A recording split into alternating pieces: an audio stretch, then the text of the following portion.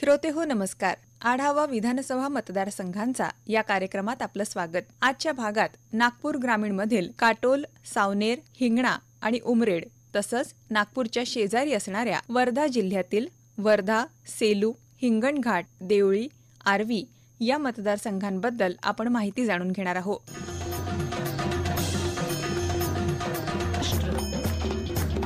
सर्वप्रथम नागपूर जिल्ह्यातील काटोल, सावनेर, हिंगणा आणि उमरेड या 4 मतदारसंघांचा आढावा घेत आहे वरिष्ठ पत्रकार चैतन्य देशपांडे.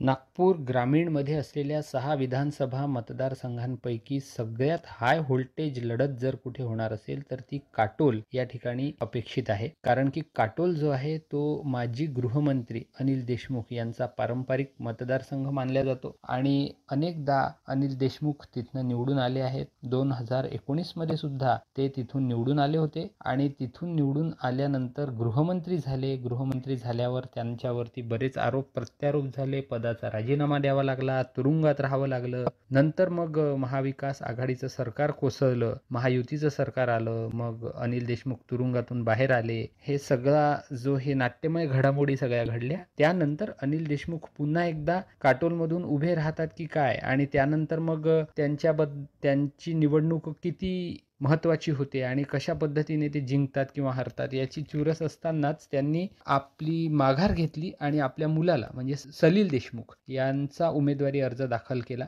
आणि आता सलील देशमुख विरुद्ध भाजपाचे चरणसिंग ठाकूर अशी इथे लढत आहे.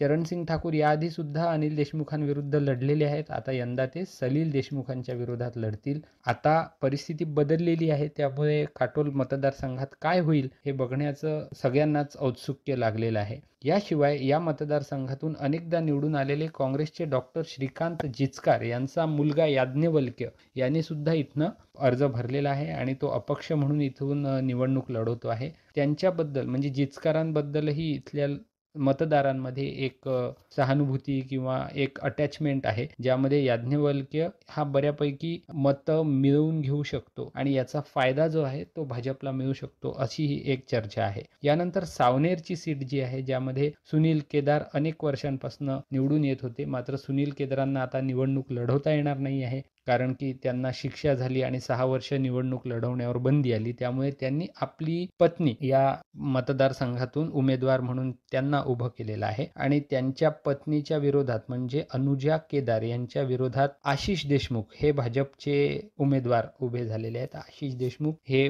भाजप, काँग्रेस, त्यानंतर परत भाजप आणि आता बऱ्यापैकी फायर ब्रँड नेता भाजपचे म्हणून त्यांची इमेज आहे. आशिष देशमुखांनी सावनेरमध्ये बऱ्यापैकी प्रचाराला आधीपासूनच सुरुवात केली होती. आता बघूया की त्यांचा प्रचार जो आहे, जनसंपर्क वगैरे त्यांनी सुरू केला होता. त्यांचा लता मंगेशकर हॉस्पिटल जे आहे त्याच्या माध्यमातून सावनेरमध्ये बऱ्यापैकी जनसंपर्क करून लोकांची आरोग्य शिबिरं वगैरे वगैरेच्या माध्यमातून त्यांनी कार्य सुरू केलं होतं. आताही सावनेरमध्ये भरपूर त्यांची जनसंपर्क मोहीम सुरू आहे आणि आता बघूया की या लढतीमध्ये सरळ लढतीमध्ये भाजप विरुद्ध काँग्रेसमध्ये कोणाची सरशी होते. शेवटच्या क्षणी भाजपने आपले माजी आमदार जे सुधीर पारवे होते त्यांना उमेदवारी जाहीर केली. शिवाय बाकी उमेदवारही आहेत आणि अशा पद्धतीने उमरेडची लढतही अत्यंत चुरशीची होण्याची शक्यता आहे. हिंगणा मतदारसंघामध्ये गेल्या 10 वर्षापासून समीर मेघे आमदार आहेत आणि त्यांचा बऱ्यापैकी या ठिकाणी होल्ट आहे. समीर मेघे यांच्या विरोधात राष्ट्रवादी काँग्रेस पार्टी शरद पवार यांच्या वतीने रमेश बंग यांना उमेदवारी दिली आहे. रमेश बंग यांना याआधी सुद्धा समीर मेघे यांनी निवडणुकीत हरवलेलं आहे. आता परत एकदा ती लढत मेघे विरुद्ध बंग अशी लढत या ठिकाणी बघायला मिळणार आहे. नागपूर जिल्ह्यातील 12 विधानसभा मतदारसंघातील 4610 मतदान केंद्रांवर येत्या 20 नोव्हेंबर अर्थात बुधवारी मतदान होणार आहे. सुमारे 44,94,784 मतदार आपल्या मतदानाचा हक्क बजावणार आहे. 23 नोव्हेंबर रोजी मतमोजणी होणार आहे. नागपूर जिल्ह्यात एकूण 4610 मतदान केंद्र असणार आहे. यात काटोल विधानसभा मतदारसंघात 332, सावनेरमध्ये 370, हिंगणा इथं 472 आणि उमरेडमध्ये 395 मतदार केंद्र असणार आहे.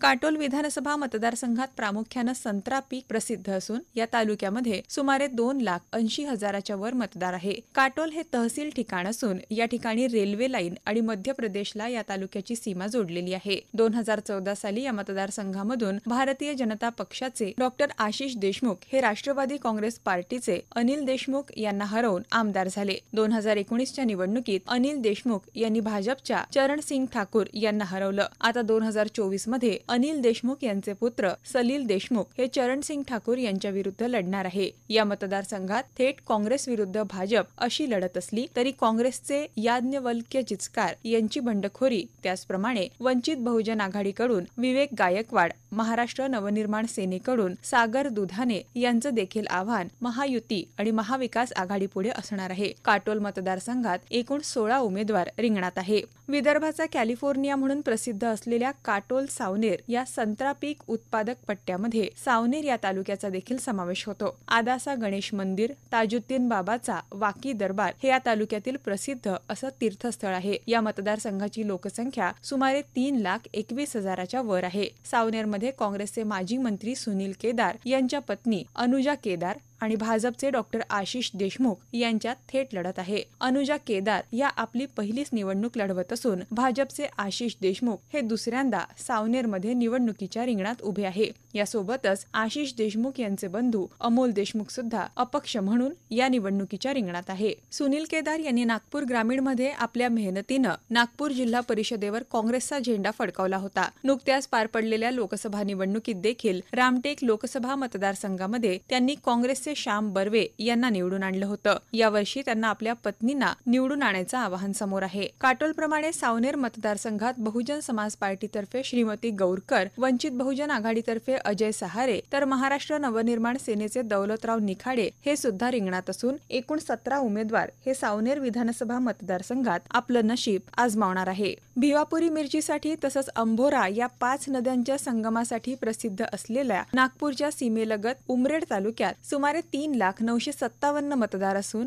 या मतदारसंघात भाजपचे महायुतीचे उमेदवार सुधीर पारवे आणि काँग्रेसचे संजय मेश्राम यांच्यात थेट लढत होणार आहे. या मतदारसंघातील पूर्वी काँग्रेसचे आमदार असलेले राजू पारवे यांनी लोकसभा निवडणुकीसाठी काँग्रेसचा राजीनामा देऊन शिवसेनेत प्रवेश केला होता. परंतु त्यांना विधानसभा निवडणुकीत तिकीट न मिळाल्यानं त्यांनी बंडखोरीचा पवित्रा घेतला. परंतु काल भाजपचे नेते आणि उपमुख्यमंत्री देवेंद्र फडणवीस यांच्या विनंतीवरून त्यांनी आपला उमेदवारी अर्ज मागे घेतला. अनुसूचित जातीसाठी राखीव असलेल्या या मतदारसंघामध्ये भाजप काँग्रेस व्यतिरिक्त बहुजन समाज पक्षाकडून भीमराव गजभिये, वंचित बहुजन आघाडीकडून सपना मेश्राम आणि महाराष्ट्र नवनिर्माण सेनेकडून शेखर धोंडे यांच्यासह एकूण 11 उमेदवार रिंगणात आहे. या मतदारसंघात महायुतीमध्ये बंडखोरी झाली असून भाजपचे प्रमोद घरडे यांनी अपक्ष म्हणून आपला उमेदवारी अर्ज कायम ठेवला आहे. हिंगणा हा नागपूर ग्रामीणचा भाग असून नागपूर शहराच्या वाडी अंबाझरी सीमेलगत हा भाग येतो. हिंगणा तालुक्यात MIDC औद्योगिक विकास महामंडळ असून नागपूर मेट्रोचा दुसरा टप्पा हिंगणा गावातून जाणार आहे. या मतदारसंघातून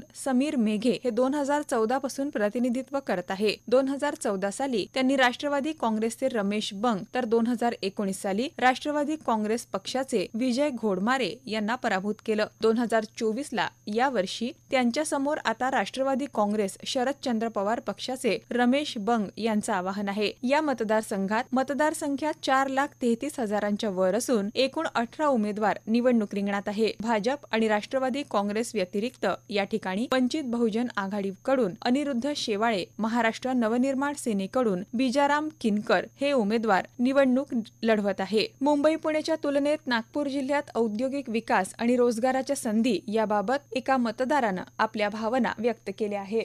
माझं नाव सचिन बैस आहे. मी नागपूरचा रहिवासी. नागपूरचं ओव्हरऑल इन्फ्रास्ट्रक्चर पकडलं तर ठीक आहे, पुण्या मुंबई सारखं नाही, पण तरी नागपूरचं इन्फ्रास्ट्रक्चर ठीक आहे. जे कोराडी पासून नागपूरला पोहोचायचं म्हटलं म्हणजे 2 ते 3 तास लागायचे. आज सुरळ रस्ते झालेले आहेत आणि सगळं काही सुरळीत चाललेलं आहे. पण पुण्या मुंबई सारखे आपल्याकडे रोजगार उपलब्ध नाहीत. इथे IT पार्क असून सुद्धा त्यामध्ये IT कंपन्या नाहीत. मिहान सारखं उपलब्ध असून सुद्धा मोठ्या कंपन्या नाहीत. कॉलेजेस म्हटलं म्हणजे 52 इंजिनिअरिंग कॉलेजेस इन नागपूर म्हटलं जातं इंजिनिअरिंगचा हब, पण तरी सुद्धा इथनं इंजिनिअरिंग इंजिनिअरिंग करून पासआउट झालेल्या मुलांसाठी इथे रोजगार उपलब्ध नाही. म्हणजे इथला इंजिनियर, क्वालिटी इंजिनियर, तो बाहेर पुण्याला किंवा बँगलोरला जाऊन आपले सेवा देतो. त्यापेक्षा छान जर इकडे पण रोजगार उपलब्ध करून दिले, मोठ्या कंपन्या इथे आणल्या तर रोजगारची समस्या सॉल्व्ह होणार. आणि मला वाटते मध्य भारतात नागपूर हा खूप सुंदर असा जिल्हा आहे. रोजगारची समस्या संपली की आपण पण मुंबई पुण्यासारखं एक रिच सिटी आपल्याला म्हटलं जाईल. आता आपण आढावा घेऊया वर्धा जिल्ह्यातील मतदारसंघांचा. राष्ट्रपिता महात्मा गांधी यांच्या नावानं ओळख असलेल्या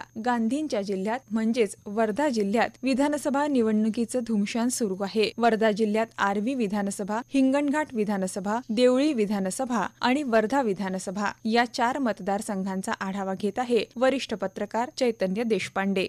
वर्धा जो आहे महात्मा गांधी आणि आचार्य विनोबा भावे यांच्या विचारांचा जिल्हा म्हणून वर्धा जिल्हा ओळखला जातो. वर्ध्याच्या राजकीय पटलावर कधी काही काँग्रेसचं वर्चस्व होतं, पण गेल्या 10 वर्षात भाजपाने तिथे चांगलीच मुसंडी मारली होती. मात्र या निवडणुकीत म्हणजे लोकसभा निवडणुकीमध्ये काँग्रेस, राष्ट्रवादी काँग्रेस, शरद पवार गट आणि उबाठा शिवसेना यांनी एकत्र मिळून मूठ बांधली आणि प्रचारात आघाडी घेतली आहे. आणि त्यामुळे 10 वर्षापासून भाजपचे जे खासदार होते त्यांना पराभव पत्करावा लागला आणि अमर काळे जे आहे राष्ट्रवादी काँग्रेस, शरद पवार गट ते इथनं निवडून आले. आता वर्धा जिल्ह्यामध्ये सध्या आर्वी मतदारसंघामध्ये दादाराव केचे हे भाजपचे आमदार होते. मात्र विद्यमान आमदारांचं तिकीट कट करून भाजपाने वानखडे यांना तिकीट दिलेलं आहे, जे देवेंद्र फडणवीसांचे एकदम खास मानले जातात. आणि आता दादाराव केचे यांनी बंडही केलं होतं, मात्र ते शमलेलं आहे आणि त्यांनी आपला फॉर्म वापस घेतला आहे. देवळी विधानसभा मतदारसंघात काँग्रेसचे रणजित कांबळे अनेक वर्षापासून आमदार आहेत आणि त्यांना परत एकदा काँग्रेसने त्यांच्यावरती विश्वास दाखवला आहे. त्याच प्रकारे हिंगणघाट विधानसभा मतदारसंघ जो आहे त्यामध्ये समीर कुणावार भाजपचे आमदार गेल्या 2 टर्म्स पासून आहेत आणि आता त्यांची तिसरी म्हणजे हॅट्रिक करण्यासाठी त्यांना संधी दिलेली आहे. शिवाय वर्धा विधानसभा मतदारसंघ जो आहे त्यामध्ये पंकज भोयर विद्यमान आमदारांना संधी दिलेली आहे. आणि एक प्रकारे वर्धामध्ये भाजप विरुद्ध काँग्रेस अशी सरळ सरळ लढत बऱ्याच ठिकाणी बघायला मिळणार आहे.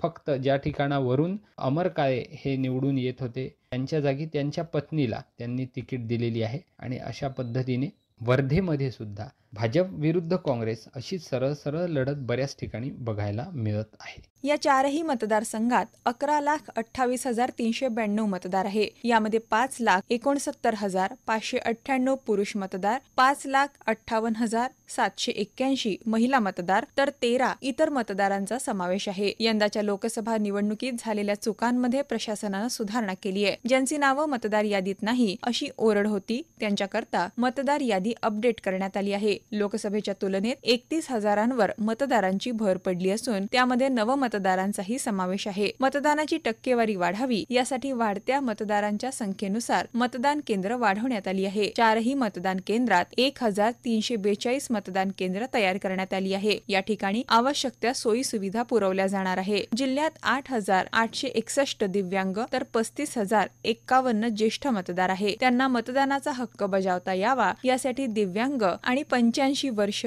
आणि त्या पुढील वय असलेल्या मतदारांसाठी गृह मतदानाची व्यवस्था करण्यात आली आहे. एकंदरीत विधानसभा निवडणुकीसाठी प्रशासन सज्ज असून मतदानाचा टक्का वाढवण्यासाठी सर्वतोपरी प्रयत्न सुरू आहे. वर्धा जिल्हा हा काँग्रेसचा बालेकिल्ला राहिलाय, पण 2014च्या निवडणुकीनंतर चित्र बदललं असून सध्या 4 पैकी 3 मतदारसंघात भाजपचे आमदार आहे. यामध्ये वर्धा विधानसभा, हिंगणघाट विधानसभा आणि आर्वी विधानसभेचा समावेश आहे. तर देवळी या मतदारसंघात गेल्या 5 पंचवार्षिकपासून काँग्रेसचेच आमदार आहे. 10 वर्षापासून भाजपचे खासदार होते, परंतु यंदाच्या लोकसभा निवडणुकीत मतदारांनी भाजपचा पराभव करून महाविकास आघाडीच्या राष्ट्रवादी काँग्रेस शरदचंद्र पवार गटाचे अमर काळे यांना विजयी केलं. त्यामुळे सध्या राजकीय परिवर्तनाची नांदी सुरू झाल्यानं महायुतीच्या विरोधात महाविकास आघाडीकडून निवडणूक लढवण्यासाठी इच्छुक असलेल्यांची यादी वाढतच गेली. परिणामी उमेदवारी जाहीर करताना पक्षश्रेष्ठींचाही चांगलाच कस लागला. अर्ज मागे घेण्याच्या अंतिम तारखेपर्यंत वर्धा जिल्ह्यात 4 विधानसभा मतदारसंघात एकूण 12 उमेदवारांनी माघार घेतली. त्यामुळे निवडणुकीच्या रिंगणात एकूण 60 उमेदवार आहे. वर्धा सेलू विधानसभा मतदारसंघात गेल्या 10 वर्षापासून भाजपचे डॉक्टर पंकज भोयर हे आमदार आहे. यावर्षीच्या निवडणुकीतही भाजपने पहिल्याच यादीत त्यांचं नाव जाहीर करून त्यांना उमेदवारी दिली. महाविकास आघाडीकडून या मतदारसंघात इच्छुकांची संख्या मोठी होती. गेल्या 3 विधानसभा निवडणुकीत काँग्रेसच्या उमेदवाराचा पराभव झाल्यानं काँग्रेससह राष्ट्रवादी काँग्रेसनेही मतदारसंघावर दावा केला होता. पण हा मतदारसंघ काँग्रेसकडेच राहणार असल्याचं कळल्यावर काँग्रेसमध्ये उमेदवारांसाठी रस्सीखेच सुरू झाली. माजी खासदार दत्ता मेघे यांचे पुतणे भाजपचे डॉक्टर अभ्युदय मेघे यांनी उमेदवारीवर डोळा ठेवून काँग्रेसमध्ये प्रवेश केला. वैद्यकीय जनजागृती मंचाचे अध्यक्ष डॉक्टर सचिन पावडे यांनीही काँग्रेसमध्ये उमेदवारी मागितली होती. पण या मतदारसंघात आतापर्यंत तेली कुणबी असंच राजकारण राहिल्यामुळे भाजपने कुणबी समाजाचा उमेदवार दिल्यानं काँग्रेसकडून तेली समाजाच्या शेखर शेंडे यांच्यावर विश्वास दर्शवण्यात आला. शेखर शेंडेंचा मागील निवडणुकीत 8,000 मतांनी पराभव झाला होता. महाविकास आघाडीतून उमेदवारी न मिळाल्यानं डॉक्टर सचिन पावडे, काँग्रेसचे माजी शहराध्यक्ष सुधीर पांगुळ आणि राष्ट्रवादी काँग्रेस शरदचंद्र पवार गटाकडून समीर देशमुख यांनी नामांकन दाखल केलं होतं. परंतु यातील फक्त डॉक्टर सचिन पावडे यांनी आपला अर्ज कायम ठेवला असून सुधीर पांगुळ आणि समीर देशमुख यांनी आपला अर्ज मागे घेतला. हिंगणघाट विधानसभा मतदारसंघात 10 वर्षांपासून भाजपचे समीर कुणावार हे आमदार आहे. या निवडणुकीतही पक्षानं त्यांनाच उमेदवारी देऊन रिंगणात उतरवलाय. हा मतदारसंघ महाविकास आघाडीकडून परंपरेनुसार राष्ट्रवादी काँग्रेस शरदचंद्र पवार गटाच्या वाट्याला आहे. या मतदारसंघात 2दा राष्ट्रवादीचा उमेदवार पराभूत झाल्यानं उद्धव सेनेचा उमेदवार द्यावा अशी मागणी करण्यात आली. पण त्यात यश आलं नाही. या मतदारसंघातून नव्यानंच दीड वर्षापूर्वी पक्षात दाखल झालेल्या अतुल बुंदिले यांना राष्ट्रवादीकडून उमेदवारी देण्यात आली. त्यामुळे दुखावलेल्या माजी आमदार राजू तिमांडे, कृषी उत्पन्न बाजार समितीचे सभापती आणि ज्येष्ठ नेते ॲडव्होकेट सुधीर कोठारी तसंच शिवसेना ठाकरे गटाचे विठ्ठल गुळघाणे यांनीही उमेदवारी अर्ज दाखल केला. परंतु यातील फक्त ॲडव्होकेट सुधीर कोठारी यांनी आपला उमेदवारी अर्ज मागे घेतला असून तिमांडे आणि गुळघाणे यांनी बंडखोरी कायम ठेवली आहे. देवळी पुलगाव हा मतदारसंघ काँग्रेसचा गड मानला जातो. गेल्या 25 वर्षापासून रणजित कांबळे हे काँग्रेसचे आमदार आहे. वर्ष 2014 आणि 2019च्या लाटेतही भाजपला हा गड भेदता आला नाही. यंदाही काँग्रेसकडून रणजित कांबळेच उमेदवार आहे, तर त्यांच्या विरोधात भाजपकडून राजेश बकाने यांना उमेदवारी दिली आहे. राजेश बकाने हे 2019च्या निवडणुकीत अपक्ष उमेदवार म्हणून उभे राहिले होते. त्यांनी दुसऱ्या क्रमांकाची मतं घेतली होती. तर देवळी पुलगाव मतदारसंघात यंदा तिसरं आव्हान किरण अरुणराव ठाकरे या तरुण अपक्ष उमेदवाराचं असणार आहे. मागील काही वर्षांमध्ये शेतकरी नेते म्हणून किरण ठाकरे हे उदयाला आले. यंदा ते पहिल्यांदाच निवडणूक लढवत असून ऊस शेतकरी हे त्यांचं बोधचिन्ह आहे. आर्वी विधानसभा मतदारसंघाकडे भाजप श्रेष्ठींपासून तर साऱ्यांचंच लक्ष लागलंय. त्याचं कारणही तसंच आहे. इथले भाजपाचे विद्यमान आमदार दादाराव केचे यांची उमेदवारी कापून उपमुख्यमंत्री देवेंद्र फडणवीस यांचे स्वीय सहाय्यक सुमित वानखेडे यांना देण्यात आली. त्यामुळे दुखावलेल्या दादाराव केचे यांनी अपक्ष नामांकन दाखल केलं होतं. पण गृहमंत्री अमित शहा आणि भाजपा प्रदेशाध्यक्ष चंद्रशेखर बावनकुळे यांच्या शिष्टाईमुळे केचे यांनी उमेदवारी मागे घेण्याचा निर्णय घेतला. तर महाविकास आघाडीकडून काँग्रेसच्या वाट्याचा मतदारसंघ राष्ट्रवादी काँग्रेस शरदचंद्र पवार गटाला देण्यात आला. त्यामुळे वर्धेचे खासदार अमर काळे यांच्या पत्नी मयुरा काळे रिंगणात उतरले आहे. विशेषतः या मतदारसंघात आतापर्यंत एकाच पक्षाचा आमदार सलग दुसऱ्यांदा निवडून आलेला नाही. त्यामुळे विद्यमान आमदार भाजपचा असताना ही संधी कुणाला मिळणार असा प्रश्न आहे. श्रोते हो, आढावा विधानसभा मतदारसंघांचा हा कार्यक्रम आपण न्यूज ऑन AIR या ॲपवर देखील लाईव्ह ऐकू शकता. याशिवाय Marathi news Nagpur, all India radio या आपल्या नागपूर प्रादेशिक वृत्त विभागाच्या YouTube चॅनलला देखील आपण हा कार्यक्रम ऐकू शकता. याशिवाय आकाशवाणी मराठी बातम्या या पॉडकास्टवर देखील या कार्यक्रमाचं ध्वनिमुद्रण आपल्याला कधीही ऐकता येईल. हा कार्यक्रम आकाशवाणी नागपूरच्या प्रादेशिक वृत्त विभागातर्फे सादर करण्यात आला. सादर करते होते प्रादेशिक वृत्त विभाग प्रमुख धनंजय वानखेडे. निवेदन केलंय हेमांगी कुलकर्णी यांनी, तर निर्मिती सहाय्य होतं नम्रता फलके आणि आनंद इंगोले यांचं. उद्याच्या कार्यक्रमांमध्ये यवतमाळ विधानसभा मतदारसंघांचा आढावा आपल्याला ऐकता येणार आहे.